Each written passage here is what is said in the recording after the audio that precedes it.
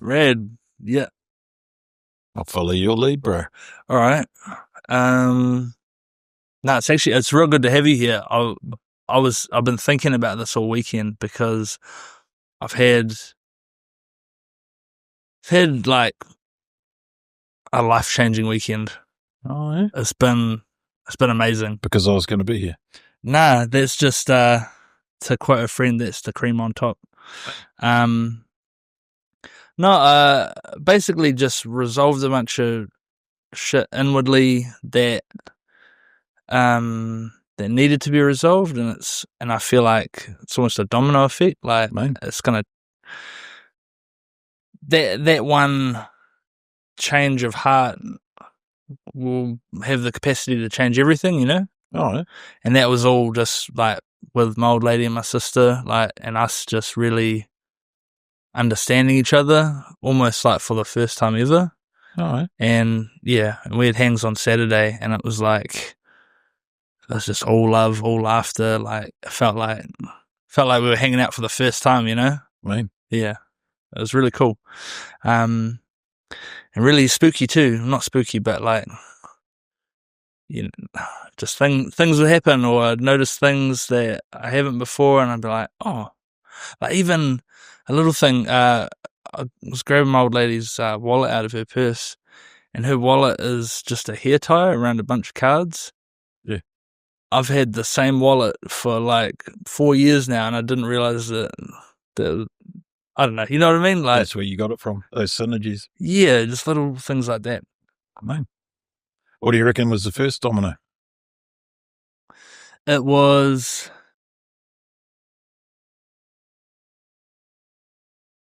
The first domino was me realizing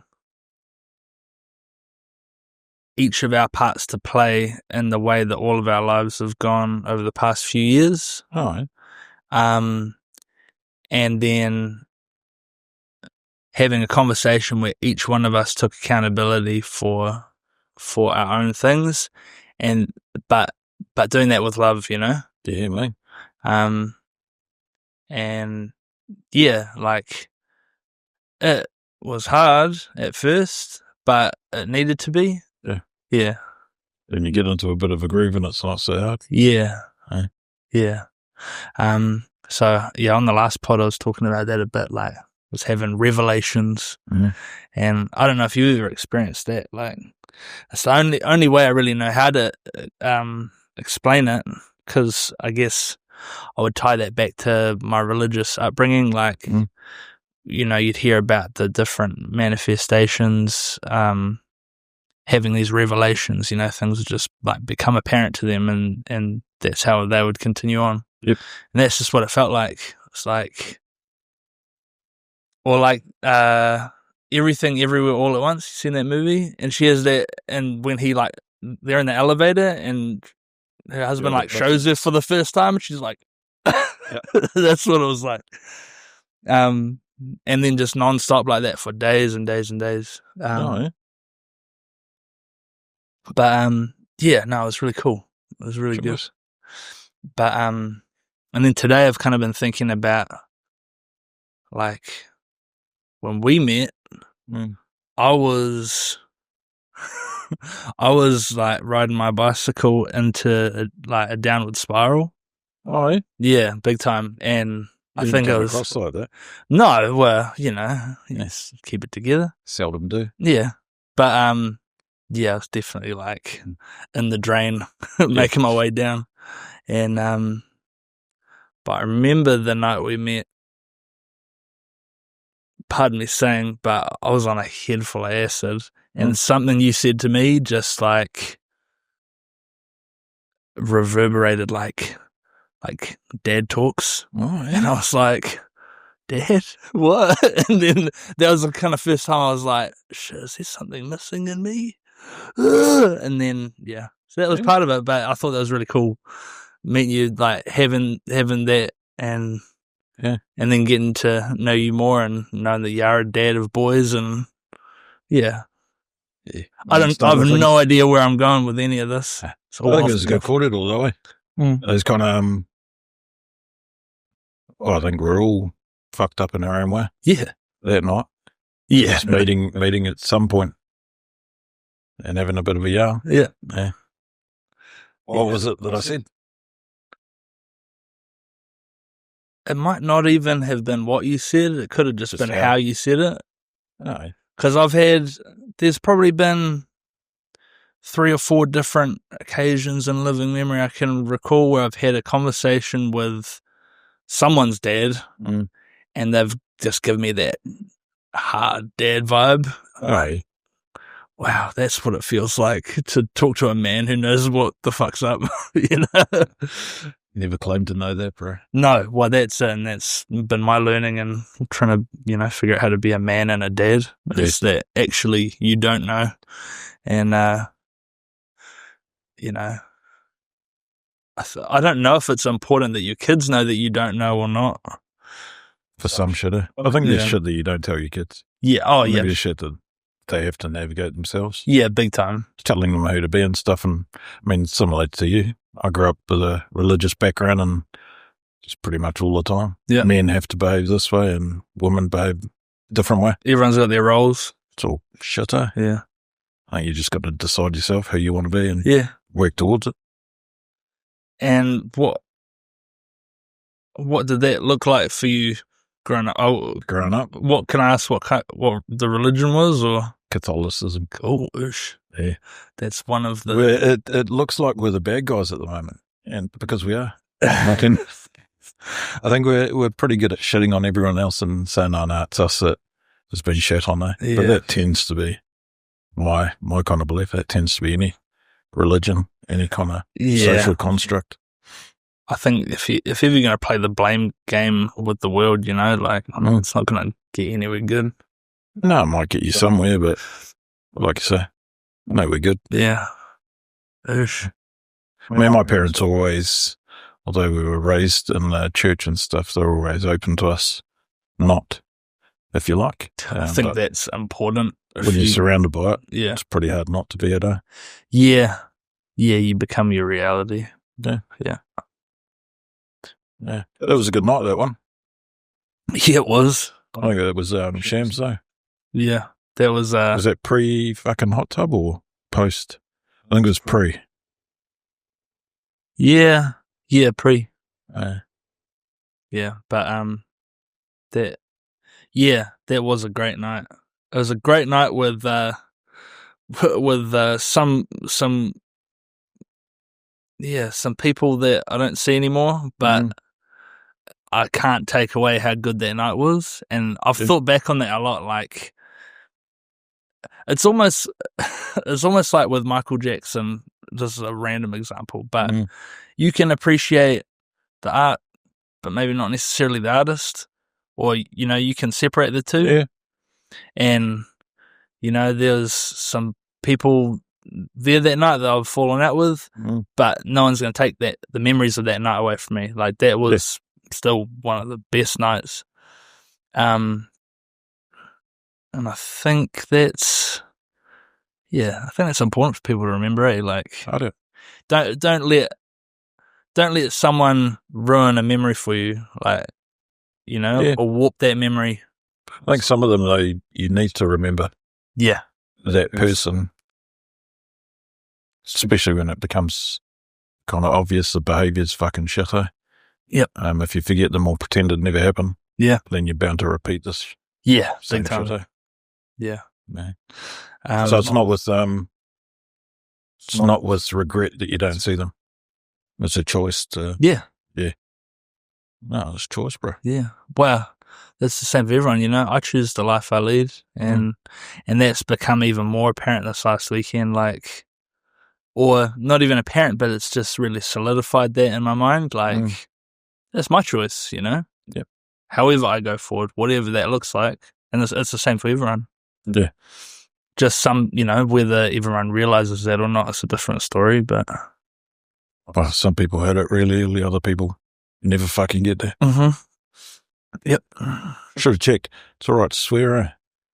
Yeah. We've got an age kind of. Have you got a demographic you go for? Obviously, the quarter fucking brigade with me. Yeah, it's over 18, so.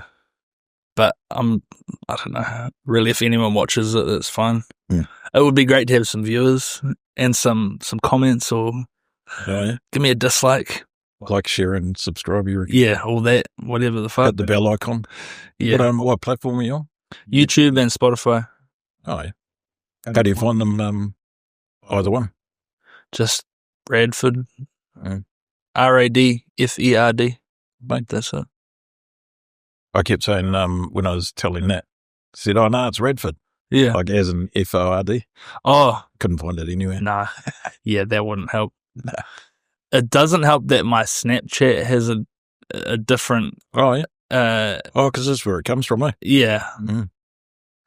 Well, so Radford came from my TikTok. I don't know why my Snapchat's Radford. Just is. Really? I can't change it now. Yeah. Assume it is part of your identity, bro. Mm. I love the old, what do you call that little intro? I did that. Oh, yeah. That was, that soundbite actually come from a TikTok I made while Victoria was pregnant. Oh, yeah. And I was filming her belly, and it had, was it the 2.5 Men in the background. Mm. Oh, I fucking did that. Which I did. Yeah. Accountability is important. Yeah.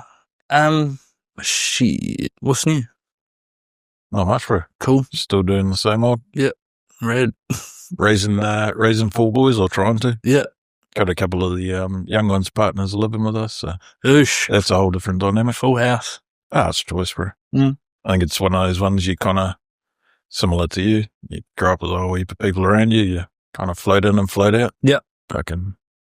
You can choose to engage or not. Yeah, that's it. Cool.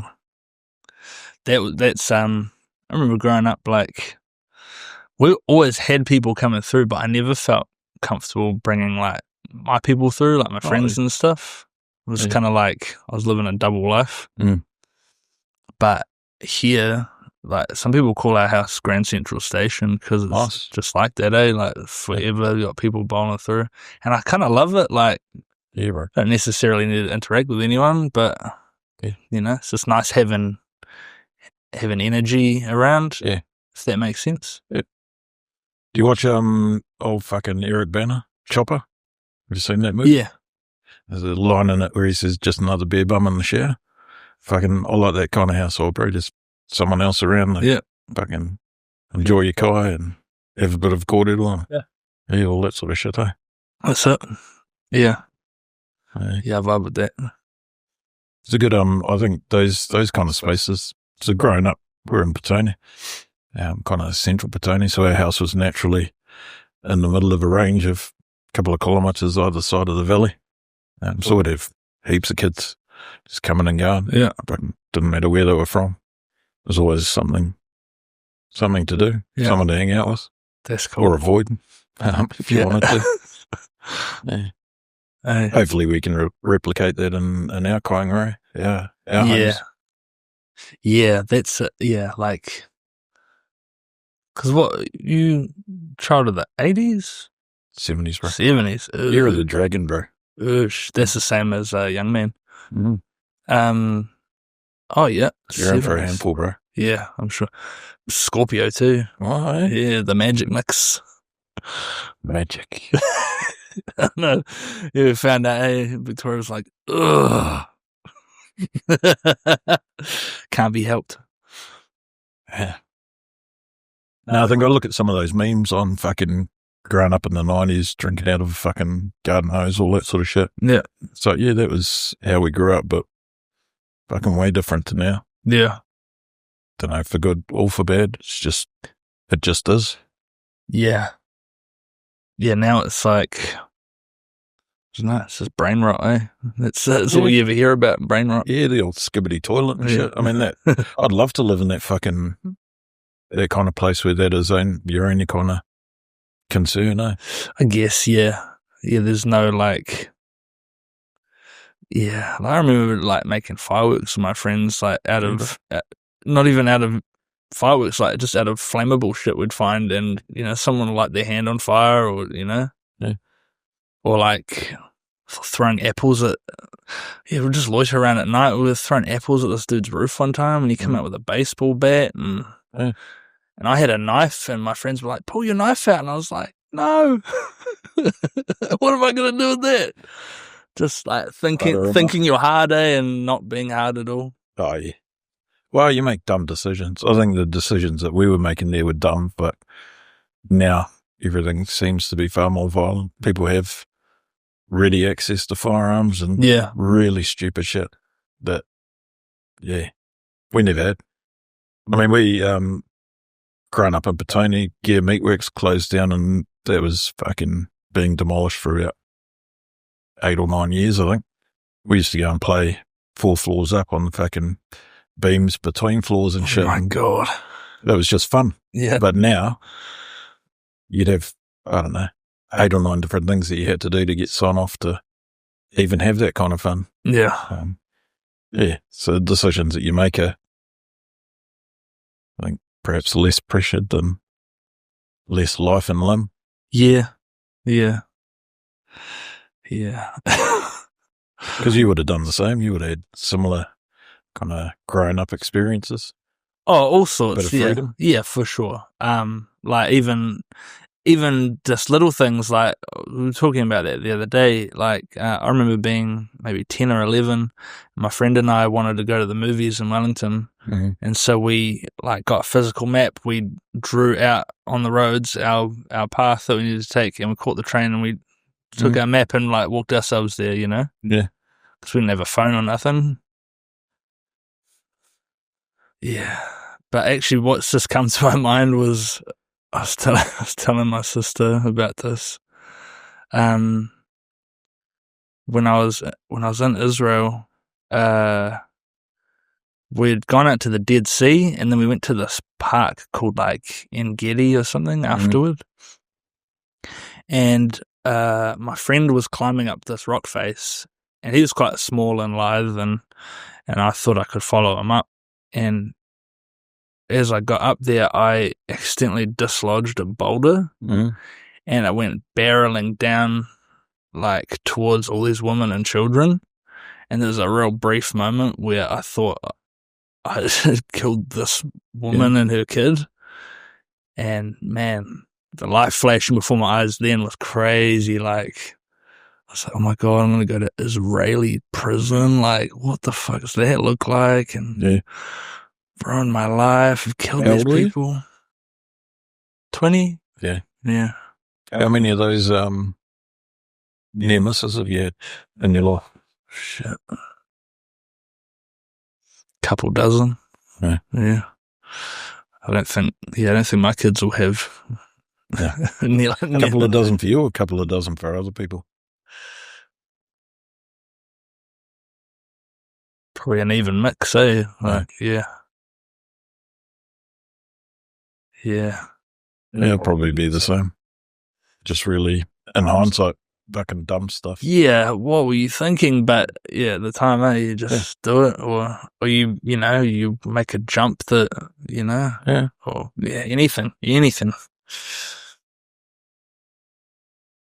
the joys of raising 4 boys, knowing that that's likely how their brains aren't working at any one time. Eh? How do you find you need to be a little bit hands off with that? Like, you can worry for them, but you can't. Yeah. So I try and give them as much information as possible and let them make their decisions themselves, but also try to let them know that I might not agree with those decisions, but I'll support them. Yep. Yeah. And it's the same for now. We kind of chuck stuff in front of them, talk with them about it. Yeah. That's awesome. Yeah. Sometimes. Well, it sounds like healthy korero, like. Sometimes I bring too much of me to it. Other times I'm kind of going at a point, I guess. Yeah. Yeah. What does that look like, bringing too much of you into it? I'm an arsehole, bro. So I'll be pretty blunt. Yeah. When it comes to, it's 4 boys, 4 very different boys. Yeah. Oldest one, probably the most pragmatic out of all of them. Can have a pretty blunt conversation with them. Younger ones, not so much. Yeah. They need a different type. And to be fair, that first one is my comfort zone. Just straight up. Yeah. Yeah. I think it goes like that with eldest too. Like, yeah, sometimes it's like it's the first, the tester, yeah, you know. But then I think that was our conversation that we had when we first met, bro. Yeah, it was just straight up. Yeah, I think we went to some pretty fucking funny places, but along the way, yeah. There's something about honest chat. I mean, that's kind of why I've wanted to cultivate this environment. Is that's what I crave in my life, is honest chat. Yeah. And I know that, especially this past weekend, it's become more relevant than ever. That in, you know, my sister, my old lady, and I having honest chat, it's brought us so much closer together. Yeah. By just offering a bit of understanding of where each one of us is at and the impact we've had on each other, but also how to go forward. Yeah. It's good, eh? Yeah, it's real good, real healing. Yeah.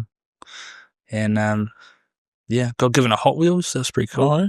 Shop Blair, shout out, gave me Hot Wheels. I got one in the car if Blair needs some competition. Well, when did he give you? What was it? Is a probably hanging up out here eventually. Is a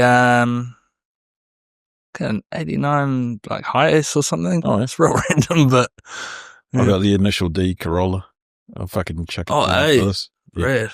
That's cool. I think those ones. Oh, there's competition. It is those little kind of, I don't know, souvenirs along the way. Yeah, I got that conversation, or it might have been one that we had at the old workshop, like in a wee bit after.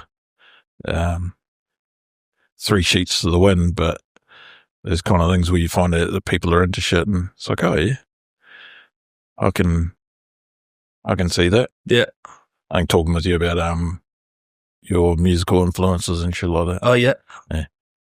Is it Joe Satriani or Steve Vai? Both. I think we were talking about one of them in particular. Oh, yeah. I might have been telling you about the time we bust into the town hall. Yeah. Yeah. And Joe Satch was playing, and saw Steve Vai in the front row, and it was just, there was 5 of us in there, including the security guard, and it was amazing. Right. And the security was cool enough to let us watch the song to completion. Man. Yeah. How many of those things have happened in your life? Well, you had this weekend where obviously those dominoes lined up, but in other ways, how many times have those kind of serendipitous things happened? You know, when I really think about it, like, heaps, eh? Not always for the good. Like sometimes, like I had that when I was falling into my downward spiral too. Like things were just falling apart left, right, and center. And you know, it's kind of like you know, you're driving a car and all the bits are falling off. Yeah. You know, as you go. And that actually, now that I say that, it reminds me of a dream I had when I was a kid about my old man. And it was not long before I kind of stopped seeing him, but I had this dream. We were driving down the Wainui Hill in this car, and literally like the doors were falling off and the roof was peeling back, and yeah. It's fucked up what your brain can do, eh? Yeah. Peeling those layers of the onion off, sometimes it's choice, other times it's shit. Yeah. Dreams are really interesting like that. Like you can't always know what they're trying to tell you, and sometimes it might not be apparent till years and years later. Yeah. Like I had this crazy dream, like an unprovoked dream. And I don't remember all of what happened, but the main image was that I was stood on the beach, and it was all ocean, and there was a path leading out to sea. Oh, eh? And at the end of the path, there was this big archway, and it was just black inside. I don't know where it went. Comforting black? Nah. Discomfort. Not discomforting. It was just the unknown. It was like there's something out there that I didn't know what it was, but I was kind of being drawn to it, but also wasn't sure whether to go. Yeah. Stick 'em up. Yeah. I love those feelings, bro. I've spent my whole life chasing that blackness. Yeah. That kind of, the unknown, the unique, you got to lean into it sometimes, eh? Like, sometimes you have to run away from it as well. Yeah. I think that's, certainly I got into, alcohol, quite young, and it was very much that. Fucking, I ate something different, see everybody around me in these various states of inebriation, so I fucking chase what they're doing. End up in an interesting place. Yeah. 40 odd years later and fucked up for it. But yeah, I think some of those ones you kind of run towards as well. I think some of that initial conversation we had, it was the unknown. So here's this young cunt who's seemingly had a fucking bit of a life. Interesting. Fucking interesting enough. But I think you were quite genuine with it, eh? And that's not something you see too often, that kind of vulnerability or whatever. Certainly not in that circle, bro. I think you're the only one in that group other than my wife who I'd have that kind of conversation with. Yeah. I think the drawback to that is it could be a bit naive, to think that maybe others will operate that way too. However. But no, I've always I don't want to be anything other than myself, and I would much rather just be an earnest, honest person than trying to be anything different. It's a good way to be, bro. It leads to a lot of heartbreak, but that leads to a lot of lessons and growth, Yeah. And I'm thankful for all of it. And it's taken a while to get there, to feel the gratitude for everything. Even, this weekend just offered so many, it's been non-stop revelations for weeks now, but even just everything made sense. And I've just come back okay, what now? What do I do with this newfound, what will you do with it? I don't know. Stop smoking. Still processing? Stop smoking, that's a start. Yeah. That's fucking cool, bro. It's been one day. I won't pat myself on the back too hard, but 1 day, 1 hour, fucking it all matters, huh? It's just my mindset on it has changed, and it feels timely. But I just was able to see everything so much clearer. One real big revelation that I had on Saturday was I realized that in my marriage, I was trying to make my ex-wife, I was treating her like the mother I never had. And she was treating me like the father that she never had. But we couldn't be those things for each other. Yeah. Because you didn't have the blueprint. Yeah. Yeah. And essentially that's how we ended up failing each other, And that was big for me, because I've definitely seen her fault in it, and as I'm sure she's seen my fault in it, but taking a step back and being like, oh, actually, this is what I did wrong. Yeah. I think that was important in helping me forgive her and, and forgive others too. And because you can't carry that shit, eh? Well, I don't believe you can carry it. You can, but you're not going to get far. It's not healthy. You only get so far carrying a fucking mini on your back, you know? Yeah, it's interesting because you talked about your father, eh?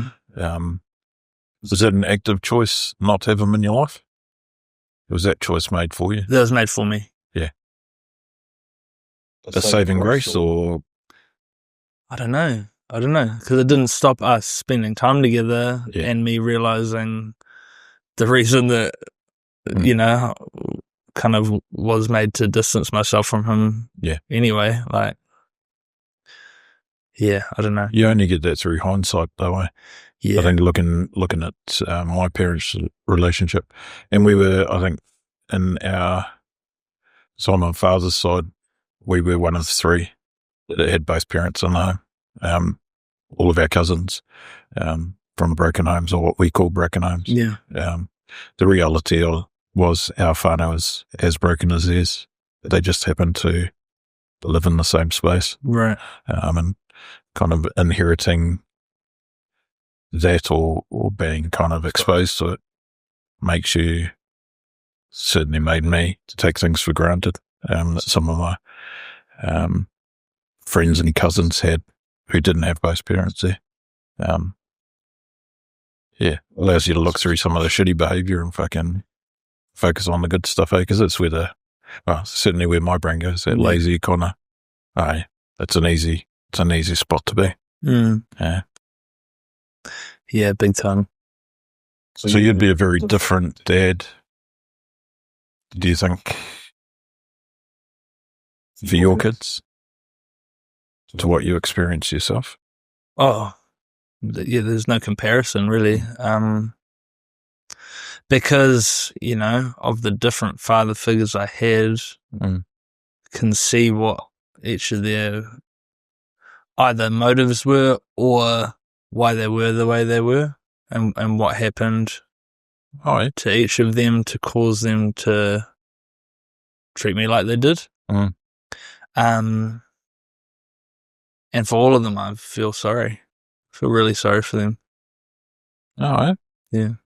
But I also know that I'd never put that on my kids, like. That's choice. Yeah. Interested to understand that feeling sorry for them. Do you, was it shortcomings on their part, or? Yeah. So my biological father, he was given away when he was 3. He remembers being given away, and that's, even though he ended up in a what's the word? Like, on paper, a good home. Yeah. That didn't stop his hurt, and that didn't change anything for him, and he's just had a life of masking, and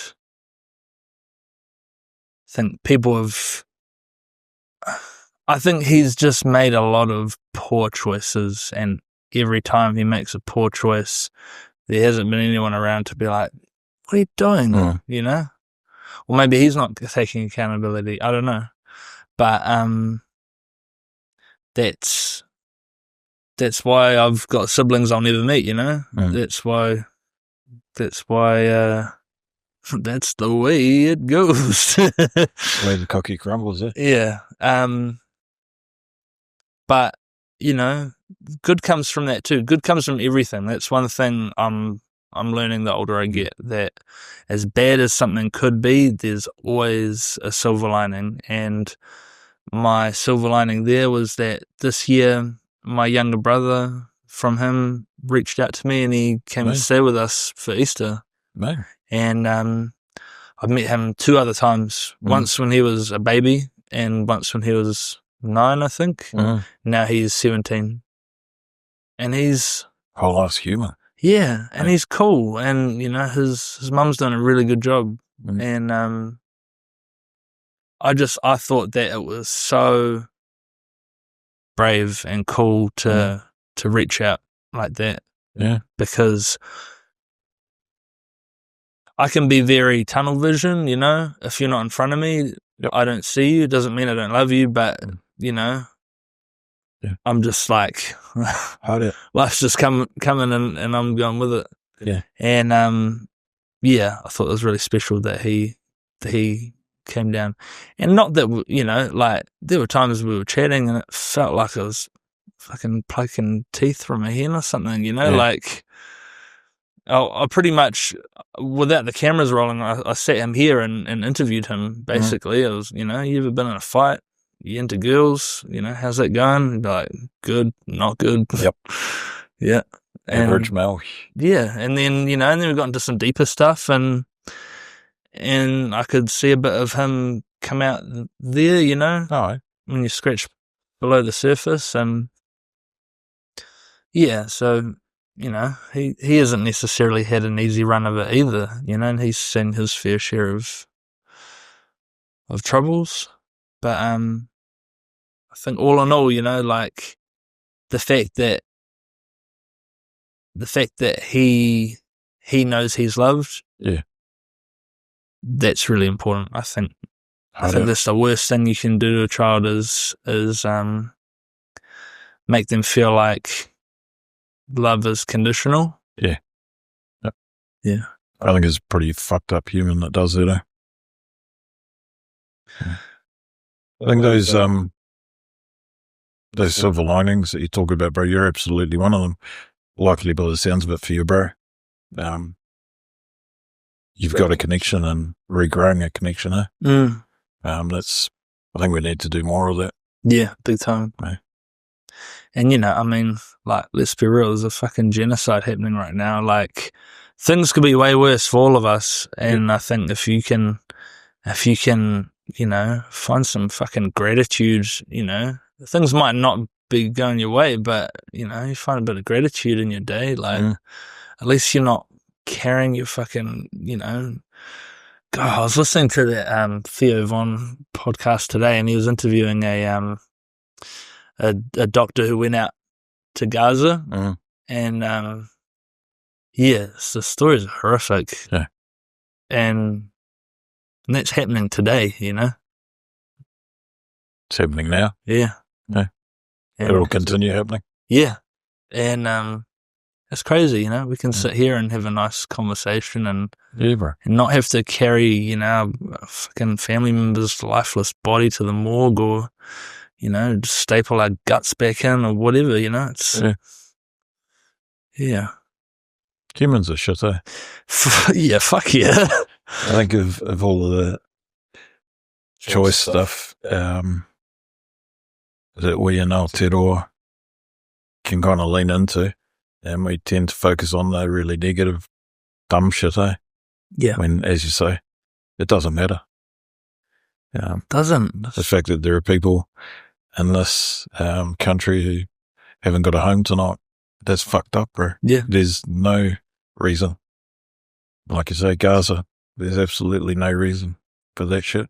And others. It doesn't make any sense. Yeah. Sure, it makes sense in some economist's brain somewhere. That's been unfair on economists. Not all economists would think that way. Yeah. There's some boffin somewhere who's patting themselves on the back for a fantastically executed plan. Yeah. I think of the way things are, and then I think of our Prime Minister on top of a mountain eating a pavlova. Oh, good on him. He's rich. He's sorted. Yeah. Is he? Is he rich because we're paying him? He still eats and shits like all of us, bro. Yeah. Just another beer bum in the shower. That's it. Yeah. Good call. I think all of those ones for all of the dumb shit that we do, we're the same. Yeah. Fucking flesh and bones. We're all mortal.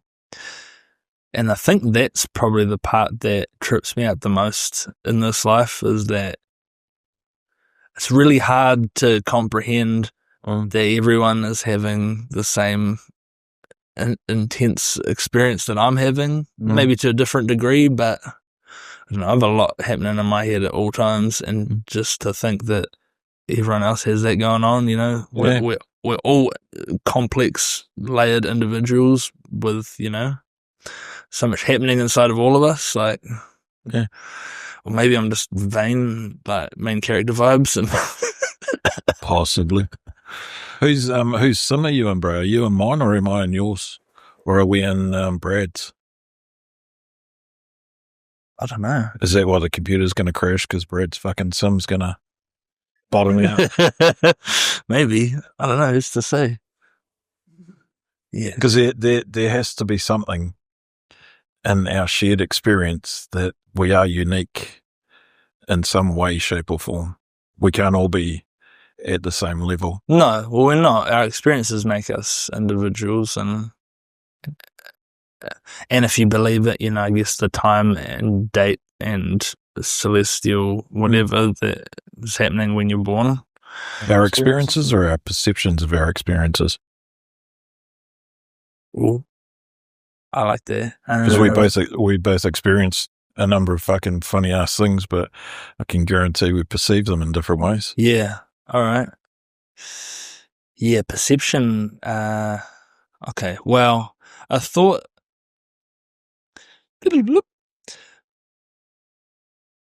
What I was taught through religion growing up is that your thought is your reality. Yep. So if your thought is your reality, is that what's happening within your mind's eye? Is that what you're seeing and sensing and feeling? Mm-hmm. Or is that just how the universe happens to you? Can it be both? Potentially. Mm-hmm. Could be everything all at once. Yeah. So when, don't know about you, when you take mind-altering substances, Yes. does that change your perception or your experience? Perception. I'm always in control of the experience. I decided that early on. Oh, yeah. Basically, I think that's where we were very different. Okay. Yeah. If ever anything's like felt like it was going to go wrong, I would tell myself, "You've made this choice. Oh yeah, you made this decision. You have to deal with the repercussions of that. And, absolutely, and you'll be okay.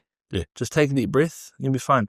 And I'm that guy who gives the bad advice of look in the mirror, and that's what I'll do. I'll go look in the mirror for a minute. Okay, you're still you. You look like you. You just doesn't look like that in here, but no one else knows that. Yes, we're similar in that regard. Just pull your shit together. You'll be fine. Do you think you're more accountable to yourself than you are to others? Yes. Yeah. Same. Yeah. I'm my own worst critic, my own worst enemy. And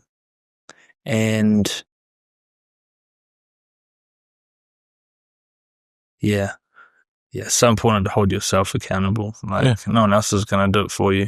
And if they do, you can't guarantee that it's how it needs to be. Yeah. Yep. You're the only one that can navigate your life, huh? Yeah. And that's why, like, I don't know. I feel like, again, this is down to experiences, but I feel like at some point or another, everyone should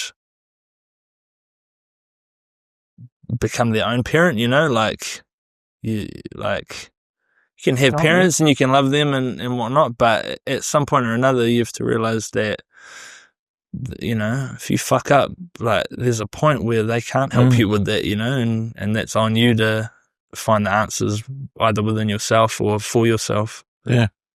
What are you outsourcing there though? Are you talking about your autonomy? So taking accountability for your actions, your decisions, all that sort of stuff, and being that drive for them? Or are you talking about assuming those characteristics? What a parent might be. I think a bit of both. Oh, yeah. Like, so, and assuming those characteristics, that'll be for yourself, determining what that looks like in a healthy way for you as you are as a whole, and figuring out what you need in that way. But then also, I've definitely had times where I'll just be really sad and I think to myself, God, like, I wish I had, like, fuck up, cunt. That sounds so dumb, but I would be like, I wish I had a dad I could call and he could be like, it's all right, son, like, this is what you do, and you do this, and this, and it'll be fine, But But actually what I've realized is that that's all within me. I just need to take a second, take a deep breath and assess the situation and I guess almost treat myself like my own younger brother or like, or my own best friend or whatever. Giving yourself the advice that you would give to someone important in your life. Yeah. Which I think a lot of people don't do. They just beat themselves up or they, Oh, harder. Or they make excuses. Yeah. It's real easy to make excuses for yourself. Yeah. I do it daily. I can't remember I've probably told a few people now, but I am late to work every single day. And every single morning it's the same. And it might be 1 minute, 2 minutes, an hour, whatever, but every day it's the same. I'm driving to work and I think up about 8 different excuses. And then the one I finally land on is I should have just set an alarm. Oh, and but never do. No, just be accountable. Set an alarm, wake your ass up, go to work. So is that you looking for a parent and somebody to wake you up? No, it's just an example. Yeah. And it's, of all the examples I could have given, it's a pretty weak one, but... It's all right. Yeah, it's, but I actually said that to Victoria this morning.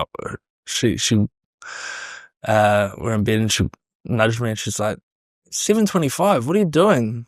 And I was like, you know what? I should have set an alarm. She's like, yeah, you should have. And I was like, yep. I'll set one for tomorrow. You're going to set tomorrow's one now?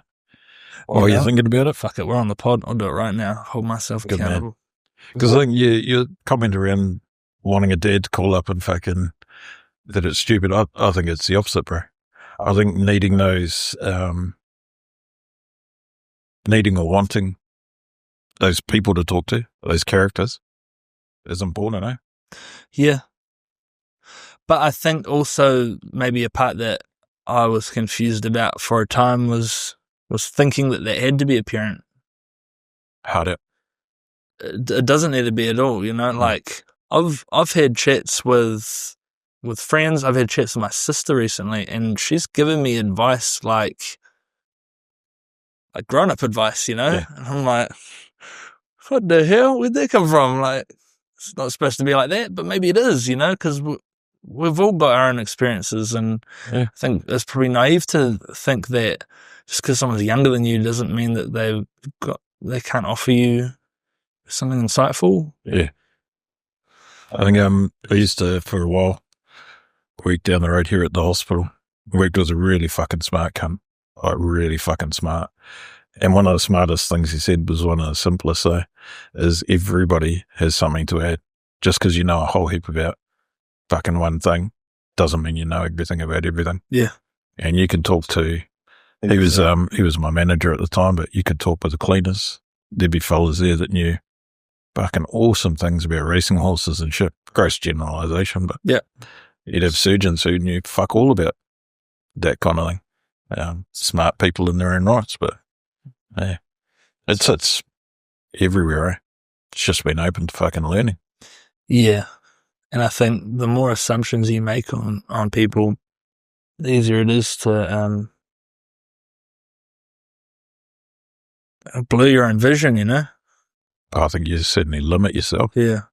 No, yeah, they are in that box, and that's all. Categorizing people. Yeah. Yeah.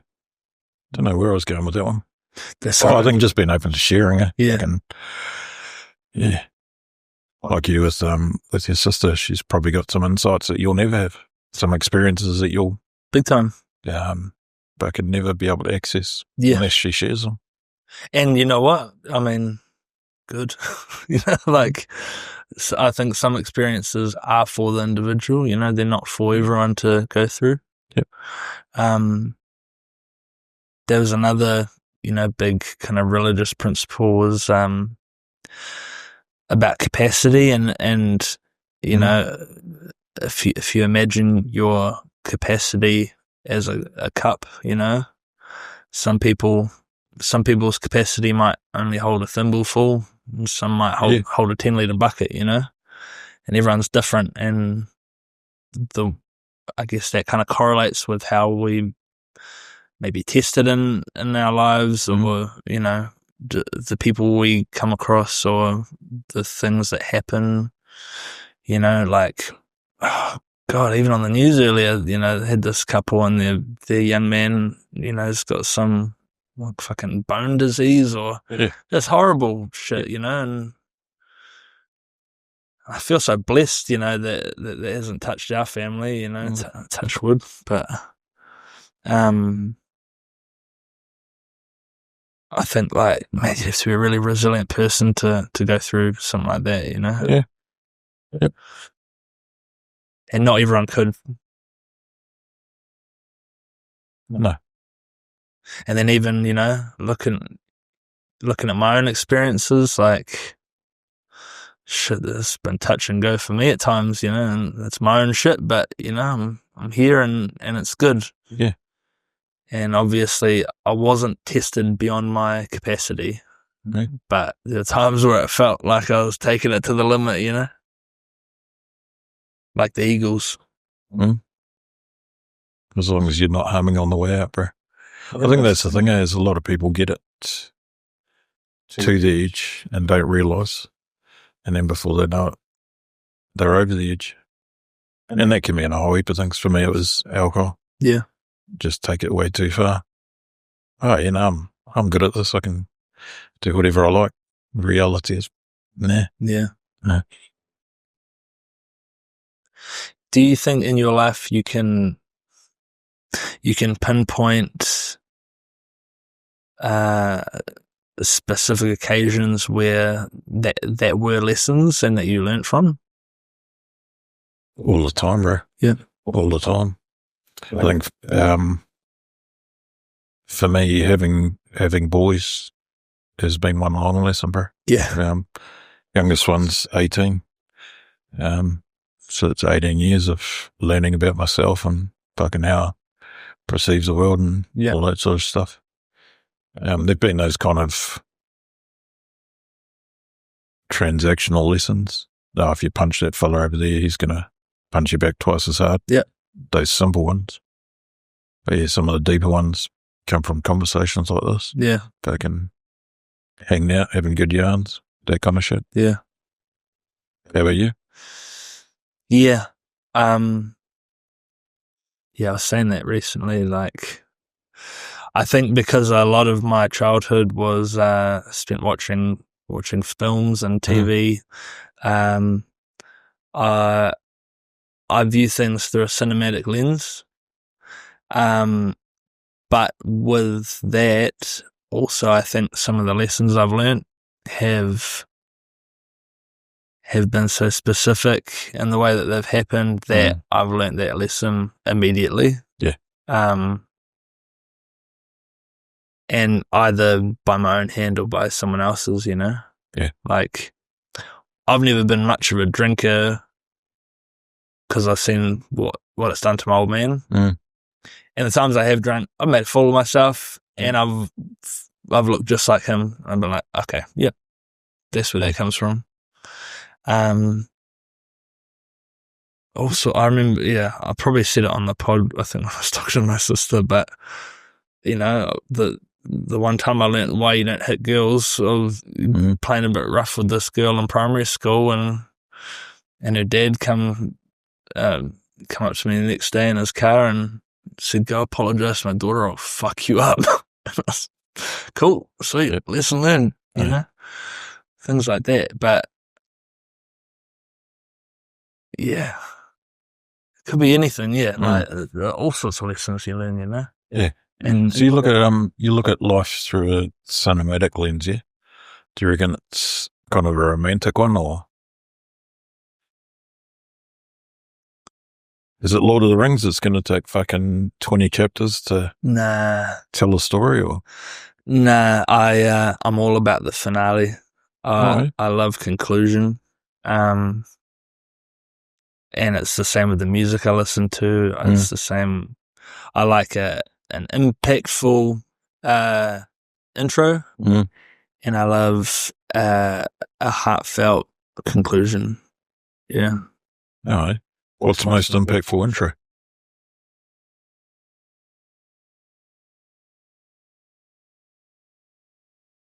think it's important when you meet someone is to be thoughtful around that, And I'll be first to admit I'm not always, and there's been times where I've thought back on where I've met someone and I've been like, oh, actually, I was just kind of a dick to them, and I don't know why. But I think it's really important, like,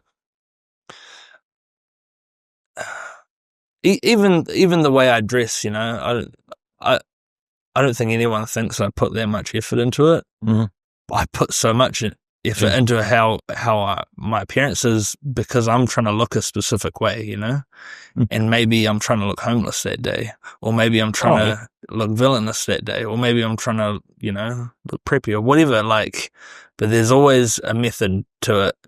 And it's the same in meeting someone, like, especially if I'm vibrating, at a certain level, I want to present myself that way, and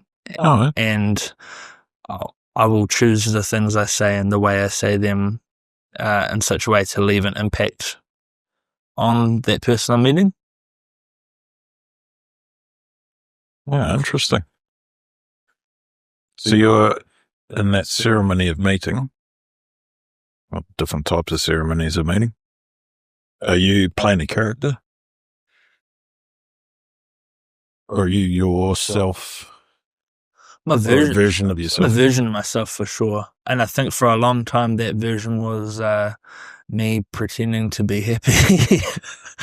That's a fucking trip, eh? Yeah. The number of people that must walk around existing in that paradigm between what they actually feel, fucking sadness or whatever, and the facade that fucking we believe the rest of society wants to see. Yeah.